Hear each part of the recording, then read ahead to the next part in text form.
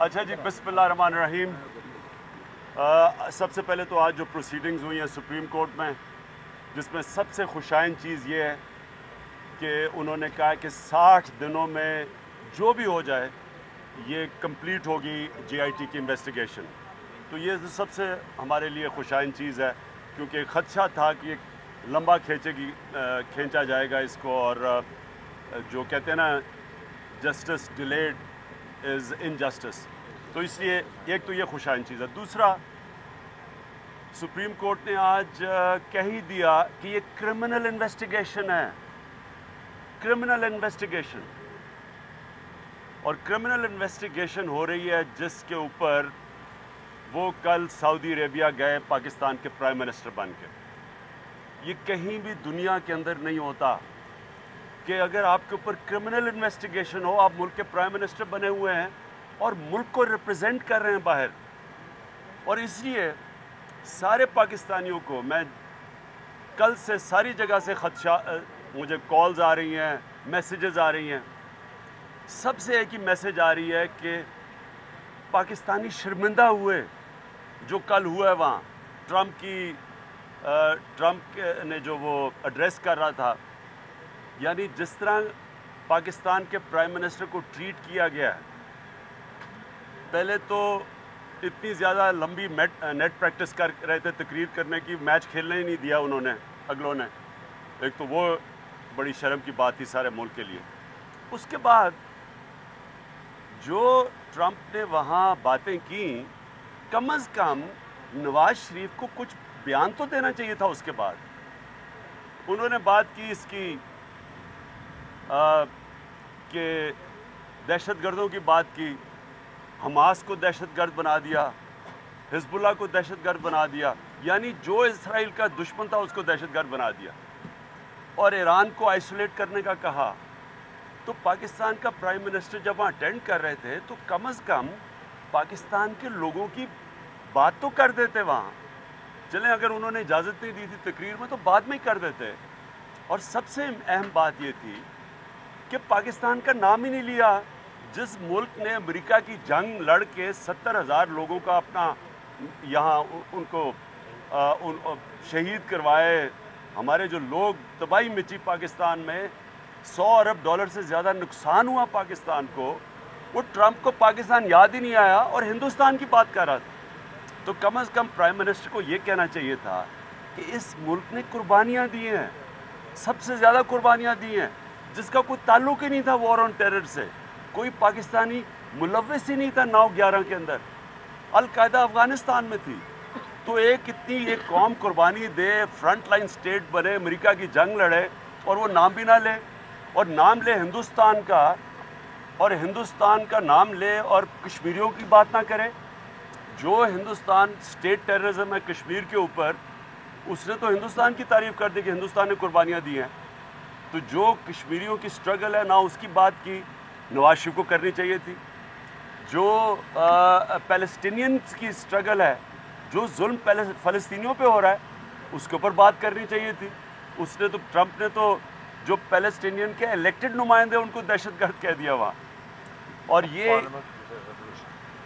اور یہ پھر جو میں سمجھتا ہوں کہ پرائم منسٹر کو ضرور بات کرنی چاہیے تھی کہ پارلیمنٹ کی ریزولوشن، یعنی یونینمس ریزولوشن، پارلیمنٹ کا مطلب کہ ساری پاکستان کی پولیٹیکل پارٹیز نے یونینمس ریزولوشن پاس کی، اور وہ ریزولوشن کیا تھی کہ پاکستان کو ثالث کا کردار ادا کرنا چاہیے، ہمیں مسلمان دنیا کو اکٹھا کرنے کی کوشش کرنی چاہیے، ہمیں پارٹیزین نہیں ہونا چاہیے، یعنی ہمیں فریق نہیں بننا چاہیے اس میں۔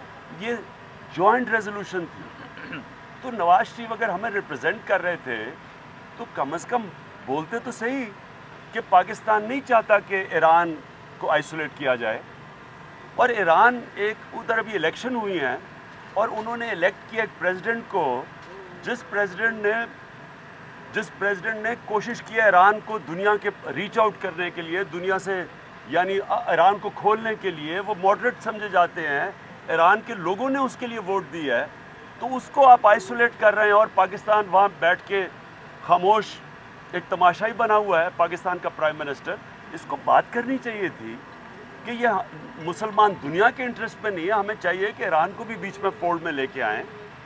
اور میں یہ سمجھتا ہوں کہ یہ اور کم از کم یہ تو پوائنٹ آؤٹ کرتے کہ پاکستان کی پارلیمنٹ کی یونینمس ریزولوشن ہے کہ ہم ثالث کا کردار ادا کریں گے, ہم فریق نہیں بنیں گے. تو میں اس کا سمجھتا ہوں کہ یہ کر دے کہ ہندوستان نے قربانیاں دی ہیں, تو جو کشمیریوں کی سٹرگل ہے نہ اس کی بات کی نواز شریف کو کرنی چاہیے تھی. جو پیلسٹینینز کی سٹرگل ہے, جو ظلم فلسطینیوں پہ ہو رہا ہے, اس کے اوپر بات کرنی چاہیے تھی. اس نے تو ٹرمپ نے تو جو پیلسٹینین کے الیکٹڈ اور یہ پھر جو میں سمجھتا ہوں کہ پرائم منسٹر کو ضرور بات کرنی چاہیے تھی کہ پارلیمنٹ کی ریزولوشن یعنی یونینمس ریزولوشن. پارلیمنٹ کا مطلب کہ ساری پاکستان کی پولیٹیکل پارٹیز نے یونینمس ریزولوشن پاس کی, اور وہ ریزولوشن کیا تھی کہ پاکستان کو ثالث کا کردار ادا کرنا چاہیے. ہمیں مسلمان دنیا کو اکٹھا کرنے کی کوشش کرنی چاہیے, ہمیں پارٹیزین نہیں ہونا چاہیے, یعنی ہمیں فریق نہیں بننا چاہیے. اس میں یہ جوائنٹ ریزولوشن تھی. تو نواز شریف اگر ہمیں ریپرزینٹ کر رہے تھے تو کم از کم بولتے تو صحیح کہ پاکستان نہیں چاہتا کہ ایران کو آئسولیٹ کیا جائے. اور ایران ادھر ابھی الیکشن ہوئی ہیں اور انہوں نے الیکٹ کیا ایک پریزیڈنٹ کو جس پریزیڈنٹ نے کوشش کیا ایران کو دنیا کے ریچ آؤٹ کرنے کے لیے, دنیا سے یعنی ایران کو کھولنے کے لیے. وہ ماڈریٹ سمجھے جاتے ہیں, ایران کے لوگوں نے اس کے لیے ووٹ دیا ہے, تو اس کو آپ آئسولیٹ کر رہے ہیں اور پاکستان وہاں بیٹھ کے خاموش ایک تماشا ہی بنا ہوا ہے پاکستان کا پرائم منسٹر. اس کو بات کرنی چاہیے تھی کہ یہ مسلمان دنیا کے انٹرسٹ میں نہیں ہے. ہمیں چاہیے کہ ایران کو بھی بیچ میں فولڈ میں لے کے آئیں. اور میں یہ سمجھتا ہوں کہ یہ اور کم از کم یہ تو پوائنٹ آؤٹ کرتے کہ پاکستان کی پارلیمنٹ کی یونینمس ریزولوشن ہے کہ ہم ثالث کا کردار ادا کریں گے, ہم فریق نہیں بنیں گے. تو میں اس کا سمجھتا ہوں کہ یہ کل ایک بڑی اپرچونٹی تھی جو پرائم منسٹر بات کر سکتے تھے, اور وہ چپ کر کے چلے گئے ہیں, واپس آ گئے ہیں. لوگوں کے خدشات اور پاکستانی قوم بہت مایوس ہے اس سے. پہلے تو جو پاکستان کے پرائم منسٹر کو جس طرح اگر وہاں یہی کرنا تھا تو جاتے ہی نہ, کیوں گئے تھے؟ اور اگر وہاں گئے تھے تو پھر کم از کم پاکستانی عوام کی بات ہی کر کے آتے, کشمیریوں کی بات کرتے, فلسطینیوں کی بات کرتے. اور بات یہ کرتے, سب سے امپورٹنٹ چیز ہے کہ ہم نہیں چاہتے مسلمان دنیا ڈیوائیڈ ہو, ہم نہیں چاہتے اور زیادہ انتشار مسلمان دنیا میں. ساری آپ دیکھیں شام سے لے کے صومالیہ سے لے کے افغانستان سے لے کے ساری مسلمان دنیا میں آگ لگی ہوئی ہے, تو مزید اور آگ ہم نے جلانی ہے مسلمان دنیا میں. پاکستان کا کام ہونا چاہیے آگ بجھانا. اور میں پھر سے کہتا ہوں کہ یہ ہمارے انٹرسٹ پہ نہیں ہے. ہم نے دوسروں کی جنگوں میں شرکت کر کے بڑا نقصان پہنچایا پاکستان کو, اور یہ خاص طور پہ یہ جو 9/11 کے بعد جو پاکستان سے ہوا ہے, یہ پاکستان ہمیں سیکھنا چاہیے اس سے کہ ہمیں کسی صورت فریق نہیں بننا چاہیے. یہ پاکستان کی پارلیمنٹ کی ریزولوشن کی میں بات کر رہا ہوں. خان صاحب جو کچھ ہوا ہے, ایک تو ٹرمپ نے لفٹ کرائی تو انہوں نے کورٹ سیل کرا دی ہے, ان کا کوئی ذمہ داری نہیں بنتی. اور نمبر 2 یہ ہے کہ جو سوشل میڈیا ایکٹیوسٹ ہیں آپ کے پارٹی کے, ان پہ کریک ڈاؤن ہو چکا ہے اور ان کو پکڑا جا رہا ہے. اس حوالے سے کیا آپ ان کو لیگلی سپورٹ کریں؟ دیکھیں جی, پہلے تو نواز شریف سے سب سے پہلے سوال پوچھتے ہیں کہ آپ گئے کیوں؟ اگر یہی کرنا تھا تو آپ کو جانے کی ضرورت کیا تھی؟ سنا ہے کچھ 6 گھنٹے لگائے انہوں نے تقریر تیار کرنے میں, اور جس طرح میں نے کہا نیٹ پریکٹس بڑی کی, لیکن میچ کھلایا ہی نہیں, انہوں نے 12th مین بنا دیا اگلوں نے. جو سوشل میڈیا کی بات ہے, اچھا, اور یہ یاد رکھیں دن کا 47 لاکھ روپیہ نواز شریف کے بیرون ملک کا ٹریول کا یہ ایک غریب قوم ٹیکس کے پیسے سے جاتا ہے, دن کا 47 لاکھ روپیہ. تو اب آپ دیکھ لیں کہ یہ کروڑوں روپیہ لگا ہوگا. پی اے کا جہاز گیا ہے, اس میں وہ وکیل بھی لے گئے ہیں جو کہ میرے خلاف کیس ان کے نون لیگ کے لیے کر رہا ہے. ان کا کیا مقصد تھا وہاں جانے کا؟ تو پہلے تو یہ بات ہے. اور یہ آپ سارے جب بھی ان کے بیرون ملک سفر دیکھ لیں, کس لیے باہر گئے ہیں؟ کوئی انویسٹمنٹ آئی ہے پاکستان میں,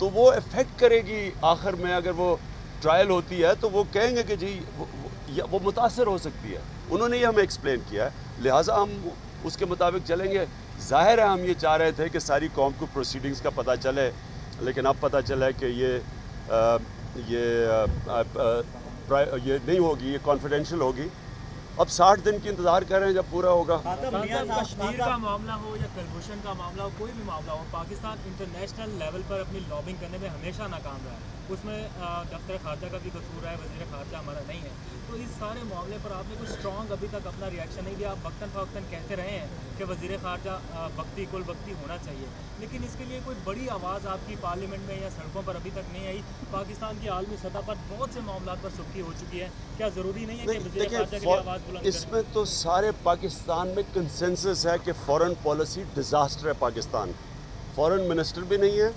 نواز شریف اگر فورن منسٹر کا رول ادا کر رہے ہیں تو اسی کے اوپر استعفیٰ دے دینا چاہیے, جو کہ جس طرح کی فورن پالیسی پاکستان کی بنی ہے. یعنی دیکھیں نا کہ افغانستان کے بارڈر سے بھی وہاں, اب میں کل ہی پڑھا تھا شیلنگ ہوگی وہاں سے بھی, ایران کے بارڈر پہ ادھر مسئلہ بن گیا ہے, LOC پہ وہاں مسئلہ ہے. اوپر سے دنیا میں کوئی آواز سننے کے لیے تیار نہیں ہے. اب وہاں گئے ہیں, اب یہ دہشت گردی اور اس کے اوپر بات ہو رہی ہے, تو کوئی بات ہی نہیں ہوئی. کسی نے, ایک آدمی نے بات نہیں کی کہ جو ہندوستان کشمیر کے لوگوں سے کر رہا ہے وہ کوئی ایک, یعنی اس سے بڑا فیلئر کیا ہوگا کہ وہاں عام عوام, اسکول کی بچیاں کھڑی ہو گئی اپنی آزادی کے لیے, سارے قوم کھڑی ہو گئے, اور 25 سال سے وہاں فوج, پتہ نہیں 1 لاکھ سے اوپر لوگ شہید ہو چکے ہیں, اور ایک بات نہیں کی. اور مسلمانوں کی کانفرنس ہو رہی ہے یہ, اور بات کیا ہو رہی ہے ایران کو آئسولیٹ کرنے کے لیے, بات کیا ہو رہی ہے حماس کو دہشت گرد اور حزب اللہ کو دہشت گرد. یعنی کیا پاکستان ایک واحد ایٹمی پاور ہے ان سارے لوگوں میں, 20 کروڑ کی آبادی ہے.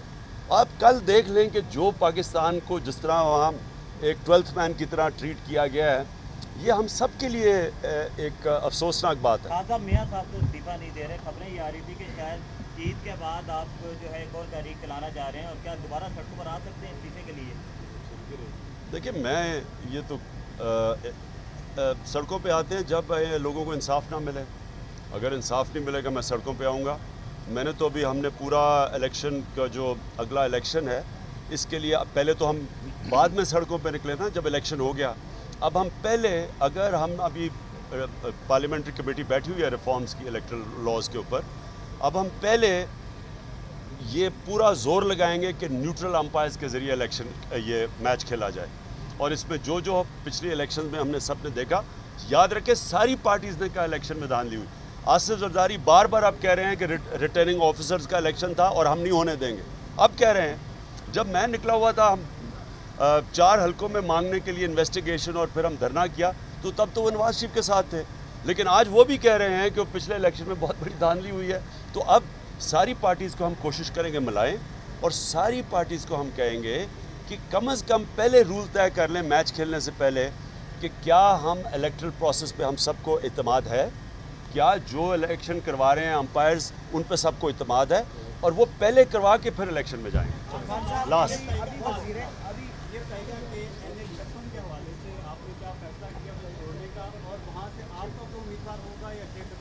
دیکھیں, ابھی تو ہم نے فیصلے نہیں کیا ٹکٹس کا اوپر, تو یہ تو ابھی پری میچور ہے سب کچھ. اوکے جی.